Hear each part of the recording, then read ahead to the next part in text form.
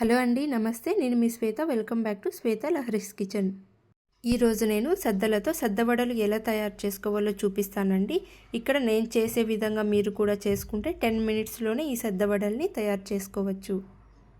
ఇప్పుడు సద్దలు తీసుకొని ఒక మిక్సీ జార్లో వేసుకోవాలి. ఇక్కడ నేను 2 గ్లాసులు సద్దలు వేసుకుంటున్నానండి. సద్దలతో పాటు 1 టేబుల్ స్పూన్ ఉప్పు వేసుకొని ఇలా సద్దపిండిని రెడీ చేసుకొని పక్కన పెట్టుకోవాలి. ఈ సద్దపిండిని ఒక గిన్నెలోకి వేసుకొని ఇక్కడ నేను చూపిస్తున్న విధంగా మరీ మెత్తగా లేకుండా మరీ బరకగా లేకుండా ఇలా మీడియంగా ఉండేలాగా మిక్సీ పట్టుకోవాలి.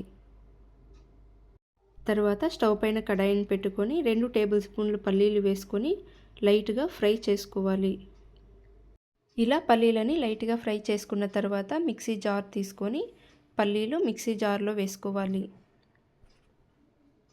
తర్వాత ఇందులోనే 1 టీ స్పూన్ జీలకర్ర, 4 ఎండుమిరపకాయలు కూడా ఇందులో వేసుకోవాలి. ఎండుమిరపకాయలని ఇలా మధ్యలోకి తెంపుకొని వేసుకోవాలండి.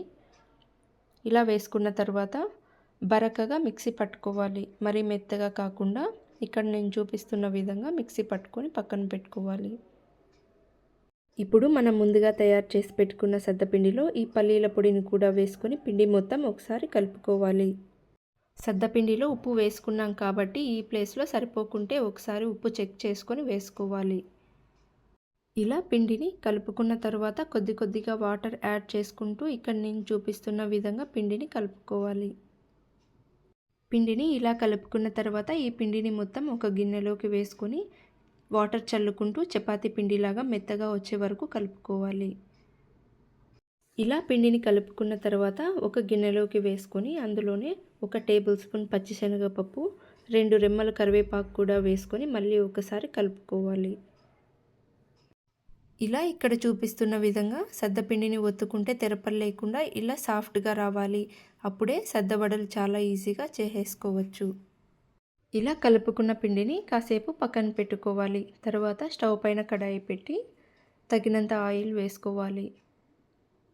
ఇప్పుడు సద్దవడలు ఒత్తుకోవడానికి సదరంగా ఉండే ఒక గిన్నెను ఇట్లా బోర్లించుకొని దానిపైన ఒక కాటన్ క్లాత్ వేసుకొని వాటర్తో ఇలా తడుపుకోవాలి. ఇలా తడుపుకున్న తర్వాత మనం ముందుగా రెడీ చేసి పెట్టుకున్న సద్దపిండిని ఉండలుగా చేసుకొని ఈ కాటన్ క్లాత్ పైన వేసుకొని ఒత్తుకోవాలి. ఇలా వడల షేప్లో సద్దపిండిని ఒత్తుకోవాలి. ఇక్కడ నేను చెప్పినట్టుగా సద్దపిండిని కలుపుకుంటే ఇలా చేతికి కూడా అతుక్కోకుండా సద్దవడల్ని చాలా సింపుల్గా ఈజీగా చేసేసుకోవచ్చు. ఇలా వడల షేప్లో ఒక్కొక్కటిగా ఒత్తుకొని ఆయిల్లో వేసుకొని ఇలా ఫ్రై చేసేసుకోవాలి. అంతే అండి, చాలా ఈజీగా సింపుల్గా ఎవరైనా సరే ఈ సద్దవడల్ని 10 మినిట్స్లో రెడీ చేసుకోవచ్చు. ఇక్కడ నేను చూపిస్తున్న విధంగా ఈ కలర్ వచ్చే వరకు సద్దవడల్ని కాల్చుకుంటే సరిపోతుంది. చూశారు కదండి, సద్దవడలు ఇలా పొంగాలి. అప్పుడే తినేటప్పుడు చాలా టేస్టీగా ఉంటాయి. ఆరోగ్యకరమైన ఈ సద్దవడల్ని 10 మినిట్స్లోనే ఇలా రెడీ చేసేసుకోవచ్చు. ఈ రెసిపీ కానీ మీకు నచ్చితే like, share, subscribe. Thank you for watching.